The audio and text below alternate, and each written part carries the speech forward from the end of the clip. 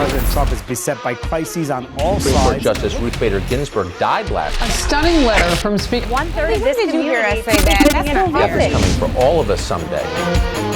Strike down the Affordable Care Act as it now exists. What is the strategy that Speaker Pelosi has? Hey guys, happy Tuesday. My name's Caleb. Welcome to our Tuesday Devotional with the Rock the Boat sermon series. I'm so glad that you've joined us this morning. Now, before we get started, I have a confession to make.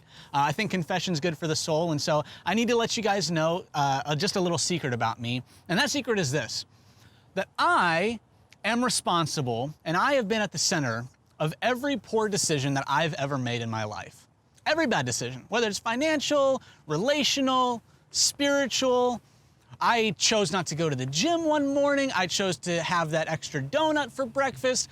Every bad decision that I've ever made, I seem to be at the center of that. Well, why am I telling you this? It's not because I think we're really, really close friends and I can trust you with my secret that you won't share it with anybody else.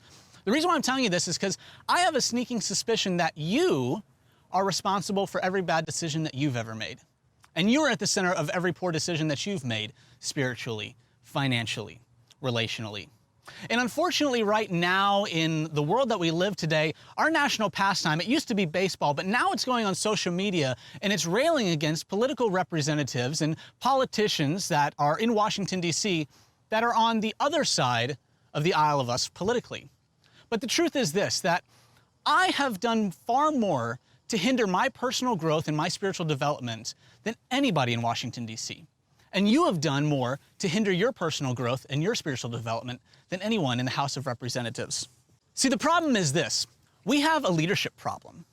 But the leadership problem is not in the White House. It's in your house, and it's in my house.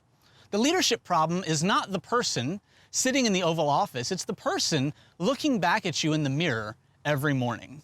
And that reminds me of the story of King Zedekiah. Now, 700 years before Jesus was born, there was a prophet by the name of Jeremiah. And he was sent by God to King Zedekiah to let him know that God was unhappy with the nation of Israel. The nation had been rebelling against God. They'd been breaking his commands. They'd been choosing their own way versus God's way. And Jeremiah said, the Lord has put you guys in timeout. God has, through the Babylonian Empire and King Nebuchadnezzar, sent Israel into a timeout.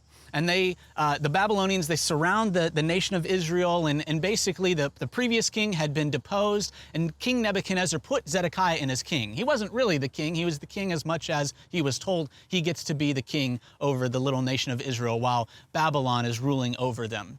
And so Jeremiah says, hey, whatever Nebuchadnezzar asks of or says to you, you have to do it because God is judging the nation of Israel right now. And King Zedekiah, he doesn't like that. He doesn't like hearing that God is against him as the king. And so he does what any king would do, and he throws Jeremiah into a pit. And so in this pit, Jeremiah is screaming out at the people, hey, repent. Could you imagine walking along the street and you hear some guy just sitting in a hole saying, repent, repent, God is against you. And it's in the middle of this that the prophet Jeremiah writes these words in Jeremiah 17, verse 9. It says this, the heart is deceitful above all things and beyond repair. Who can understand it?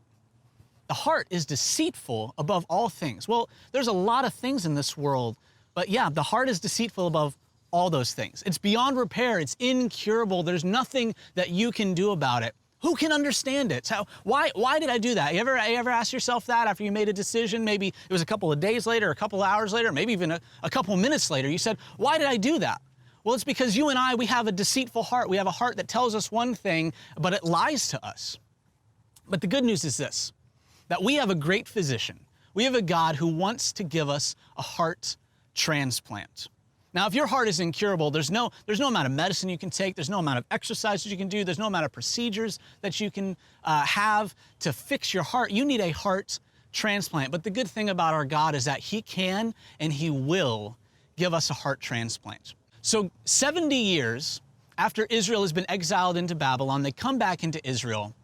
And God says through a new prophet, Ezekiel, these words. He says, I will give you a new heart and put a new spirit within you. I will remove your heart of stone and give you a heart of flesh. I will place my spirit within you and cause you to follow my statutes and carefully observe my ordinances. How great is that? We have a God that when he gives us a new heart, that new heart changes us to the point that we're not just, with gritted teeth trying to do the things that he wants us to do, but with this new heart, God has given us a desire to change. And so the question I have is this: what would happen if each and every single one of us had a heart that was chasing after God, had a heart that was not deceitful, but a heart that was seeking out what God would want to do?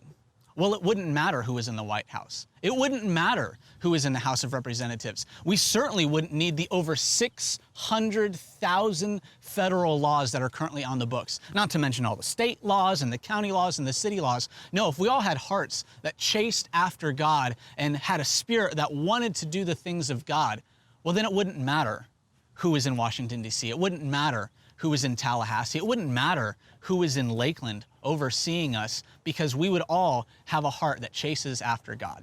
Thanks so much, guys, for joining us for our Tuesday Devo. Don't forget to like us on Facebook, follow us on Instagram, subscribe to our YouTube channel, and of course, receive notifications because we go live every Sunday at 9:30 and 11 a.m. at Redemption Church Online.